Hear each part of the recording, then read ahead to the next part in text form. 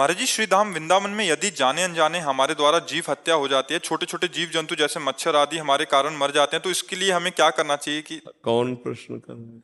हाँ, इसके लिए प्रार्थना है। जाने और अनजाने में अंतर है। जाने में होने न पावे, जानने में होने न पावे, धाम के जीव हैं। अनजाने में जब हो जाए तो हमने सत्संग में उपाय बताया है कि वृंदावन के बाहर अगर गाड़ी से भी आए जाए हो तो वृंदावन के बाहर जाकर गाड़ी खड़ी करो और लौट कर वृंदावन की तरफ प्रणाम करो, पंचांग प्रणाम करो माथा रख के, और कहो हे वृंदावन धाम, हमसे जो शारीरिक मानसिक वाचिक अपराध बन गए हो वो क्षमा करो और कृपा करो कि अगर आगे से हमसे अपराध न बने। जानने के अपराधों को रोको। जैसे हम कह देते जाने अनजाने में, तो जाने में जीव हमसे न मरने पावे, अनजाने में अगर चूक हो रही कि जैसे हम चल रहे हैं वो पधार गया कोई, वो बात अलग है। जानने में कि अगर ये है तो हमको ऐसे, हम जब देख रहे हैं कि ये चींटियां टहल नहीं तो हम पोछा नहीं लगाएंगे, पहले फूल झाड़ू के द्वारा उनको हटाएंगे, प्रयास करेंगे।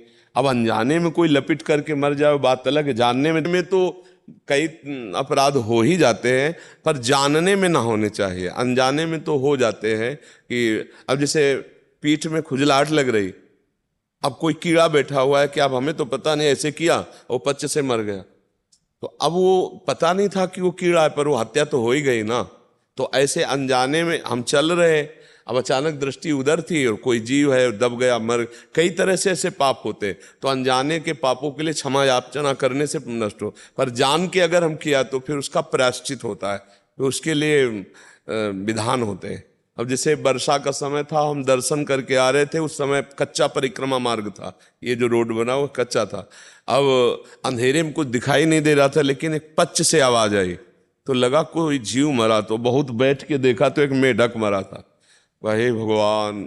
अब इसीलिए फिर टार्च रखने लगे थे, वो बहुत आके फिर गोपाल शास्त्र नाम का पाठ किया, और वो शास्त्र नाम का पाठ उस मेढक को दिया कि भाई अनजाने में ऐसे आप, पर आपका तो परम कल्याण होगा, ब्रजरज मिली तो हमसे अपराध बना अनजाने में ही सही, तो गोपाल शास्त्र नाम का पाठ करके वो नाम का ऐसे। तो अगर जाने अनजाने में कोई ऐसे अपराध बनते हैं तो उनका प्रायश्चित कर लेना चाहिए।